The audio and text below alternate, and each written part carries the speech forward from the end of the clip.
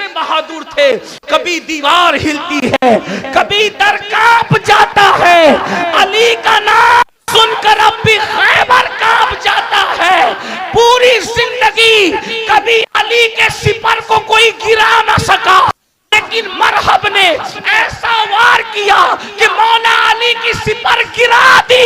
ایک دن علی کی سپر گر گئی, علی نے سزا کیا دی کہ اس نے خیبر کے دروازے کو توڑ کر اپنی سپر بنا کر کے بتایا, علی سے سپر چھینو گے تو تمہارا دروازہ توڑ کر کے سپر بنائی جائے گی.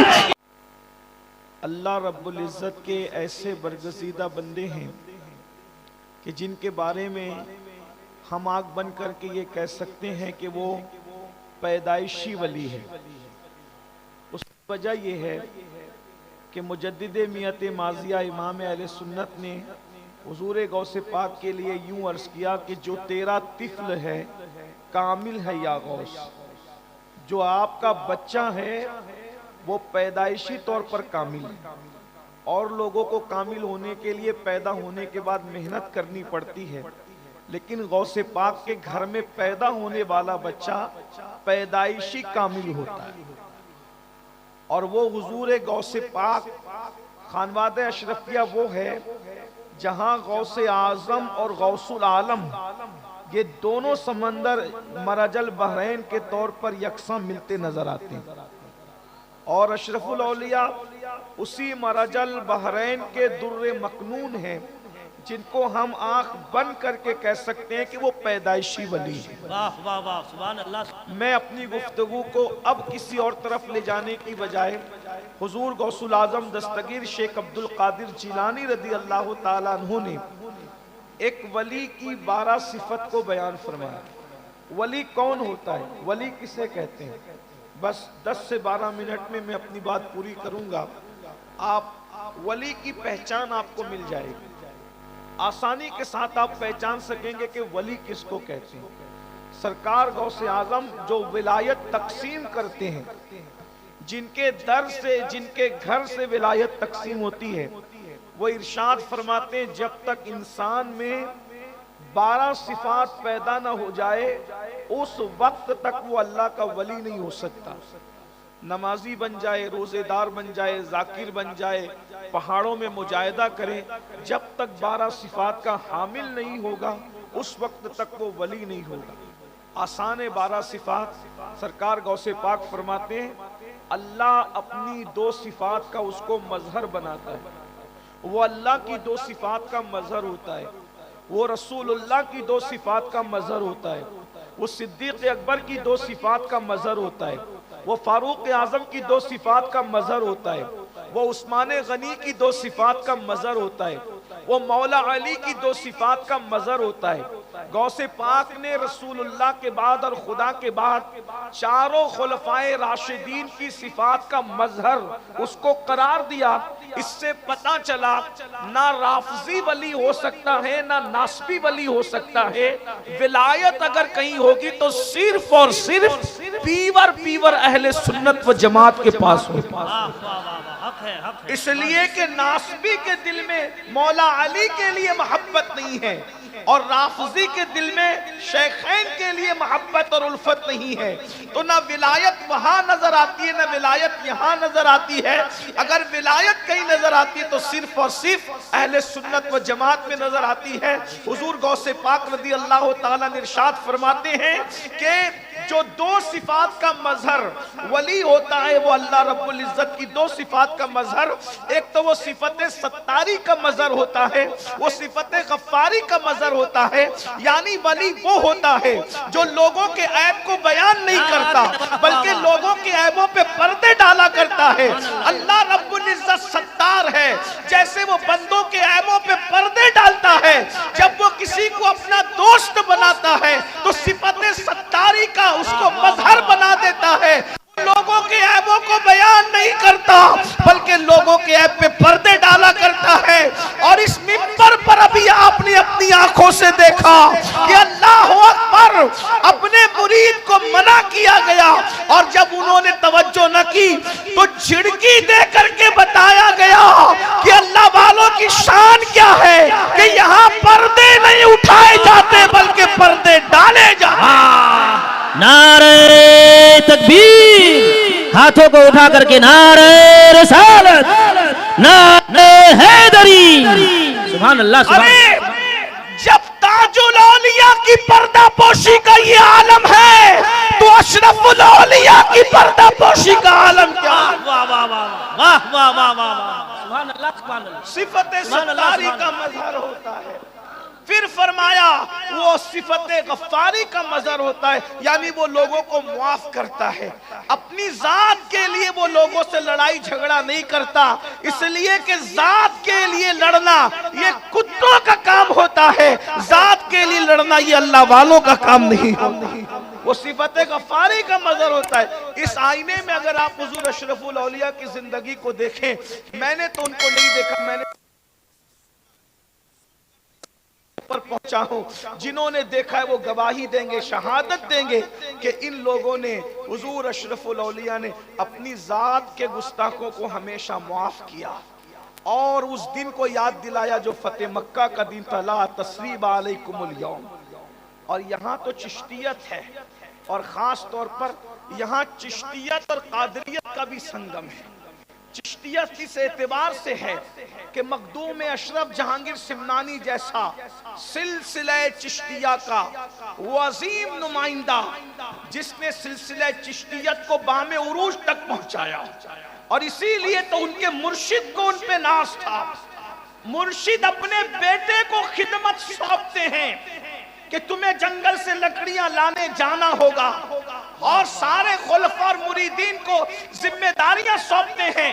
خانقاہ میں جھاڑو لگانا ہوگا، برتنوں کو صاف کرنا ہوگا، لنگر تقسیم کرنا ہوگا، مہمانوں کی خدمت کرنا ہوگا. بیٹے کو بھی کام دیا، سارے مرید اور خلفاء کو کام دیا. لیکن جب میرے مخدوم اشرف سمنا نے عرض کیا حضور سب کو کام سونپتے ہیں، مجھے بھی کوئی کام سونپ دیجئے، فرمایا ارے سب الگ ہے اشرف تم الگ ہو، اس لیے کہ جب تم آئے تھے تو تمہارے آنے سے پہلے خضر علیہ السلام نے تمہاری اتنی تعریف کی تھی کہ اب مجھے کوئی کام دینے کے لیے تمہیں حیا آتی ہے کہ میں خضر کو کیا منہ دکھاؤں گا. اگر میں نے تمہیں کوئی کام سونپ دیا، میں تمہیں کوئی فزیکلی ایکٹیویٹی نہیں سونپنا چاہتا.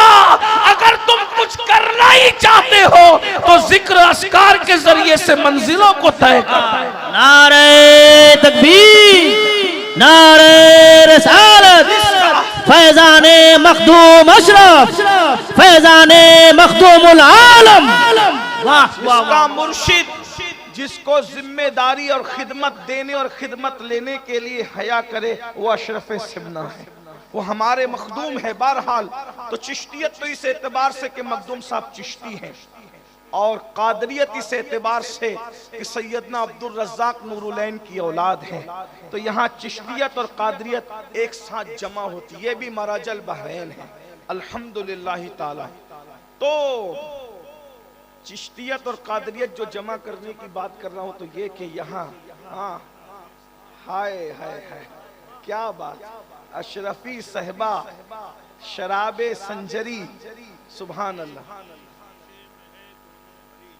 ایک ہی شیشے میں ہے دونوں بھری، قادری صحبہ شراب سنجری، ایک ہی شیشے میں ہے دونوں بھری. قادری صحبہ شراب سنجری، قادری صحبہ شراب سنجری، ایک ہی شیشے میں ہے دونوں بھری. کیا خوش نصیبی ہے ہم لوگوں کی. تو قادریت اور چشتیت جب ملی ہوئی ہے تو دونوں میں اب بات کیا ہے. حضور غوث پاک فرماتے ہیں کہ میرا گھوڑا بے لگام ہے اور میری تلوار بے نیام ہے. اور چشتی لوگ کہتے ہیں خواجہ نصیر الدین چراغ دہلوی رضی اللہ تبارک و تعالیٰ عنہ کہ ہم چشتی لوگ کسی سے الجھتے نہیں، ہم نے اپنی تلوار ننگی کر کے رکھ دی ہے، جو آ کر کے الجھے گا اس کا قصہ خود ہی تمام ہو جائے گا. لیکن یہ اللہ والے اپنی ذات کے لیے کسی سے نہیں لڑتے، یہ اپنی ذات کے دشمنوں کو معاف کرتے، صفت غفاری کا مظہر ہوتے ہیں. اپنی ذات کے لیے نہیں لڑتے، بلکہ سرکار بابا فرید الدین گنج شکر رضی اللہ تعالیٰ تو یہاں تک فرماتے ہیں کہ بھائی ہم صوفی لوگ ہیں، اللہ والے لوگ ہیں، ہمارے سامنے کینچی کی بات نہ کیا کرو بلکہ سوئی دھاگے کی بات کیا کرو، کیونکہ کینچی ایک کو دو کر دیا کرتی ہے اور سوئی دھاگا ایک کو دو کو ایک کر دیا کرتا ہے۔ یہ خانقاہ ہے، یہاں پر ایک کو دو نہیں کیا جاتا بلکہ دو کو ایک کیا جاتا ہے۔ یہ سرکار بابا فرید گنج شکر رضی اللہ تعالیٰ کی تعلیم۔ اللہ نوازش کرم فرمائی ہے آپ کی دعائیں سرکار جی نہ محبتیں آپ۔ تو ایک بات مجھے یہاں یاد آئی، ذات کے لیے نہ لڑنا اور اللہ کے لیے دشمنی رکھنا، اس کی ایک مثال پیش کرتا ہوں۔ سرکار خواجہ نصیر ملت والدین خواجہ نصیر الدین چراغ دہلوی کی بات یاد آئی۔ کچھ لوگوں نے بادشاہ کے پاس جا کے چغلی کی کہ یہ لوگ تو سما میں رات دن رہتے ہیں، یہ اللہ والے لوگ نہیں ہیں اور یہ ایسے ہی ہیں ویسے وغیرہ وغیرہ کہا۔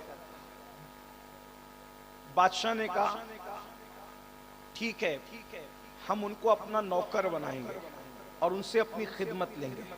سرکار نصیر الدین چراغ دہلوی کے پاس نمائندہ بھیجا اور نمائندہ بھیجنے کے بعد کہا کہ آپ کو بادشاہ کی کوئی نہ کوئی نوکری قبول کرنی پڑے گی۔ نصیر الدین نے فرمایا میں آپ سے کوئی تعلق نہیں رکھتا، میں آپ کی نوکری کیسے کر سکتا ہوں؟ کہا اگر آپ نوکری نہیں کرو گے تو مشکل اٹھاؤ۔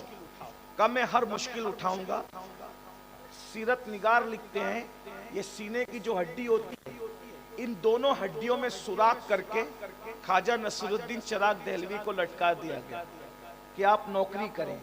سرکار نصیر ملت والدین سے مریدین نے کہا حضور یہ ظلم پر آیا ہے، آپ نوکری کے لیے تیار ہو جائیں، یہ جو کہتا ہے آپ کر لیں ورنہ یہ آپ کو نقصان پہنچائے گا۔ آپ نے فرمایا ٹھیک ہے میں تیار ہوں۔ تو بادشاہ روزانہ آپ مجھے میرے کپڑے پہنائیں گے اور میرے کپڑے اتاریں گے، یہ آپ کی ذمہ داری۔ تو خواجہ نصیر روزانہ کپڑے پہنانے لگے اور کپڑے اتارنے لگے، لیکن بد دعا نہیں کی کیونکہ اب تک ذات تک معاملہ تھا، ذاتی دشمنی تھی۔ یہ بادشاہ کو خواجہ نصیر سے ذاتی دشمنی تھی، چراغ دہلوی سے۔ چراغ دہلوی کون ہے؟ یہ چراغ دہلوی سرکار علاؤالحق پنڈوی رحمت اللہ تعالی علیہ، یہ ان کے پیر و مرشد کے پیر بھائی ہیں۔ حضرت اخی سراج آئینہ ہند کے پیر بھائی ہیں، ان دونوں کے پیر و مرشد نظام ملت والدین سلطان المشائق خواجہ نظام الدین اولیاء رضی اللہ تعالیٰ۔ ذاتی دشمنی ہے، ہڈی میں سوراخ کر کے لٹکا دیے گئے لیکن بد دعا نہیں کی، معاف کر رہے ہیں۔ اس کو کرتا پہناتے ہیں، کرتا اتارتے ہیں۔ حاسدوں نے کہا کہ معاملہ صحیح چل رہا ہے، نصیر کا امتحان لو۔ ایک دن بادشاہ کو تاخیر سے لائے اور اتنے لیٹ لائے کہ خواجہ نصیر الدین چراغ دہلوی کی نماز عصر قضا ہونے کے قریب آ گئی۔ اللہ کے رسول علیہ السلام نے فرمایا مومن کی عصر اس وقت ہوتی ہے جب سورج اپنی حالت پر ہوتا ہے، اور جب سورج میں تغیر آ جائے، وہ ڈوبنے کے قریب ہو جائے، پھر وہ مومن کی نہیں بلکہ منافق کی نماز ہوتی ہے۔ یعنی جب سورج ڈوبنے کے قریب ہو تو اللہ کے رسول علیہ الصلوۃ والتسلیم نے فرمایا اس وقت نماز پڑھنا یہ نفاق کی علامت ہے۔ یہ نفاق اعتقادی ہم نہیں کہتے اس کو، نفاق عملی کہتے ہیں اس کو۔ لیکن بہرحال اللہ والے اس وقت بھی نماز پڑھنے کو پسند نہیں کرتے تھے بلکہ مسنون وقت میں نماز پڑھنے کو پسند کرتے تھے۔ ابھی حضور مرشد اجازت نے سرکار وارث پاک کا ذکر کیا کہ وارث پاک کسی کے پیچھے نماز نہیں پڑھتے بلکہ وارث پاک الگ نماز پڑھتے ہیں۔ تو لوگ یہ مشہور کرتے تھے کہ وارث پاک نماز ہی نہیں پڑھتے، وہ نماز پڑھتے تھے مگر کمرے میں چھپ کے پڑھتے، جیسا کہ حضرت نے اشارہ کیا۔ لوگ کہتے تھے آپ جماعت کے ساتھ نہیں پڑھتے، جماعت کے ساتھ نہیں پڑھتے، تو وارث پاک کہتے تھے ارے جماعت سے پڑھانا ہے تو علی حسین اشرفی جیسا امام لا کر کے دو نا۔ سبحان اللہ سبحان اللہ۔ اگر وارث پاک کو پیچھے کھڑا کرنا ہے تو کوئی علی حسین اشرفی جیسا لا کر کے امام دو، اور کسی ایک کے پیچھے کھڑا کر دیا وارث پاک کو تو نماز کے بعد وارث پاک نے کہا سنا سنا امام صاحب آپ نے ہم کا بہت تھکا دیا، سرکار وارث پاک کہتے بہت تھکایا آپ نے ہم کا. کہا وہ کیسے؟ کہا ہم تو آپ کے پیچھے نماز کے لیے کھڑے ہو گئے، لیکن کبھی چارے کی دکان پر، کبھی کرانہ دکان پر، کبھی کہیں لے کے بھٹکتے رہے، جہاں امام گیا پیچھے پیچھے وارث تھے. تو کہا ایسی نماز بھی کیا نماز ہے. لیکن یہ ہم لوگوں کے لیے، ہم لوگوں کو تو ہر صحیح العقیدہ کی ابتدا کرنی چاہیے کہ وارث پاک کا مرتبہ اور تھا، ہمارا مرتبہ اور ہے. تو اندازہ فرمائیں تو بھائیو ہم لوگ کیا ہیں.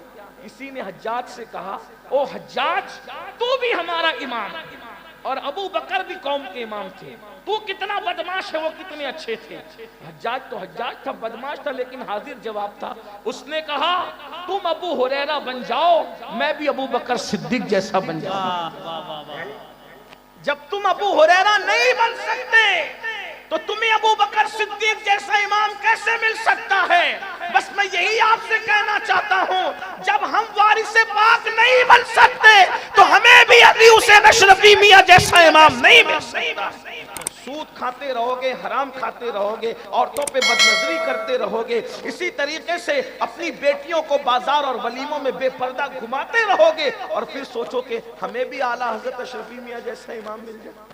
تو بات ایسی ہے نا، جیسے ہم رہیں گے ویسے، جیسے ہم ویسے ہمارے امام، جیسے ہم ویسے ہمارے پیر، جیسے ہم ویسے ہمارے مشائخ. ارے تو خسرو بن، تیرا پیر نظام الدین محبوب الہی تو ہے نا. پیر کو تلاش کرنے کی ضرورت نہیں، ہم نے خسرو بننا ہے. اگر تو سمنا بن جائے تو علاء الحق پیر ہوگا. کیا بات ہے، واہ واہ واہ. اگر تو اللہ اکبر قطب الدین بن جائے تو تجھے معین الدین غریب جیسا پیر مل جائے گا. لیکن بات تو اتنی ہے نا، اصل کمی ہمارے اندر ہے اور ہم الزام لوگوں پہ رکھتے ہیں. تو میں بات یہ کہہ رہا تھا، کیا بس بات ختم ہی کر دوں. اللہ اکبر. کہ خواجہ نصیر الدین چراغ دہلوی کے ساتھ معاملہ چل رہا تھا، خدمت کر رہے تھے. اتنی دیر سے لائے بادشاہ کو کہ سورج غروب ہونے کے قریب آیا اور نماز، بس آپ کی آنکھوں میں آنسو آ گئے کہ کیا میں مکروہ وقت میں عصر کی نماز پڑھوں گا. غصہ آیا.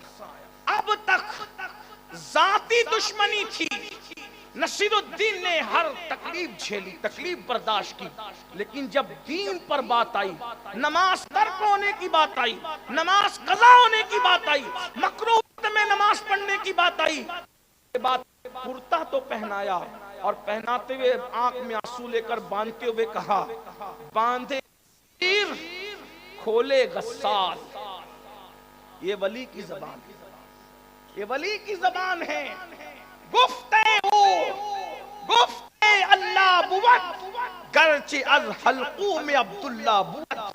اس کی بولی گویا کہ خدا کی طرف سے ہوتی ہے، وہ اللہ کا ولی بولتا ہے، مگر ولی کی زبان پر خدا کا فرمان جاری ہوتا ہے. کہ شان سے کہا باندھے نصیر کھولے غسال، یعنی نصیر باندھ رہا ہے اور اس کو مرنے کے بعد اب غسل دینے والا غسال کھولے گا. دنیا نے دیکھا آج کے سورج بعد کل کا سورج غروب نہیں ہوا اور بادشاہ مر گیا، اس کی روح پرواز کر گئی، اس لیے کہ اب جان کی دشمنی کی بات نہیں تھی، اسلام کی دشمنی کی بات تھی. وہ ہوتا ہے جو صفت ستاری اور صفت غفاری کا مظہر ہوتا ہے، وہ نہ عیب کھولتا ہے اور نہ ذاتی دشمنی کرنے والوں سے بدلہ لیتا ہے. دو صفات اس میں رسول اللہ کی ہوتی ہے. ایک صفت یہ کہ رسول اللہ رفیق ہے امت پر اور شفیق ہے امت پر. تو جو اللہ کا ہوتا ہے وہ اللہ کی امت پر رفیق بھی ہوتا ہے اور شفیق بھی ہوتا ہے، یعنی اس کے اندر چڑچڑا پن نہیں ہوتا، وہ لوگوں کو ڈانٹتا نہیں، وہ لوگوں کو گالیاں نہیں دیتا، وہ لوگوں کو جھڑکتا نہیں، وہ امیر فرق نہیں کرتا. رسول اللہ کی محفل میں جہاں صدیق اکبر جیسے مالدار کو پہلو میں جگہ ملتی تھی، وہیں پر بلال جیسے غریب کو بھی پہلو میں جگہ ملتی تھی. عثمان غنی جیسے کو پیار ملتا تھا مالدار کو، تو ابو ذر غفاری جیسے غریب کو بھی پیار ملتا تھا. اسی طرح جیسے مصطفیٰ جان رحمت امت پر رفیق و شفیق تھے، جب اللہ کسی کو ولی بناتا ہے تو اس کے اندر بھی رفقت اور شفقت کا انداز پیدا کر دیتا ہے، کرتا ہے، وہ محبت کرتا ہے. دو صفات اس میں صدیق اکبر کی ہوتی ہے، وہ صادق ہوتا ہے، وہ مصدق ہوتا ہے، یعنی کہ وہ سچ بولتا ہے اور سچ کی تصدیق کرتا ہے۔ اور دو صفت فاروق اعظم کی ہوتی ہے، وہ امر بالمعروف کرتا ہے، نہیں انل منکر کرتا ہے۔ امر معروف کا مطلب یہ ہے وہ نیکی کا حکم دیتا ہے اور بری باتوں سے منع کرتا ہے۔ اس کے سامنے جب کوئی برا کام کیا جائے وہ بے چین ہو جاتا ہے، وہ برائی کو روک دیتا ہے۔ امر بالمعروف اور نہیں انل منکر، نیکی کا حکم دینا، بری بات سے منع کرنا، یہ اللہ کے ولی کی پہچان ہے۔ دو صفات اس میں عثمان غنی کی ہوتی ہے، ایک تو وہ دین کو سخاوت کرتا ہے، رات کو عبادت کرتا ہے۔ اس کا مطلب یہ ہے کہ ولی والا نہیں ہوتا بلکہ ولی لٹانے والا ہوتا ہے۔ ہم نے ہر ولی کو لوٹتے نہیں بلکہ لٹاتے دیکھا ہے۔ ارے زمین کے اوپر رہتے ہیں تو بھی ان کے نام پر لوگ پلتے ہیں، اور زمین کے اندر چلے جاتے ہیں تو بھی ان کے لنگر پر ہزاروں کا گزارا ہوتا نظر آتا ہے۔ عثمان غنی کی دو صفات ہوتی ہے کہ وہ دن کا سخی ہوتا ہے، رات کا عابد ہوتا ہے، اور دو صفات اس میں مولا علی کی ہوتی ہے، وہ یہ کہ وہ جاہل نہیں ہوتا بلکہ وہ عالم ہوتا ہے، اور وہ بہادر اور شجاع ہوتا ہے۔ مولا علی کیسے بہادر تھے؟ کبھی دیوار ہلتی ہے، کبھی در کانپ جاتا ہے، علی کا نام سن کر اب بھی خیبر کانپ جاتا ہے۔ پوری زندگی کبھی علی کے سپر کو کوئی گرا نہ سکا، لیکن مرحب نے ایسا وار کیا کہ مولا علی کی سپر گرا دی۔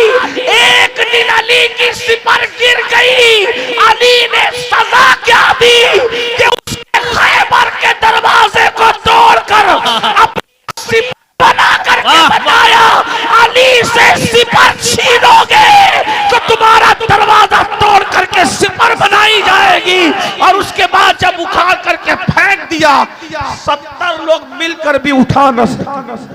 واہ واہ واہ واہ واہ واہ واہ۔ فرمایا دو صفات اس میں مولا علی کی ہوتی ہے، وہ بہادر ہوتا ہے اور وہ عالم ہوتا ہے۔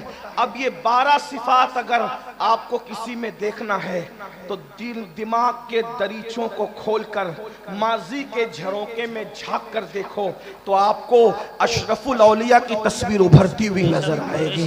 السلام علیکم ورحمۃ اللہ۔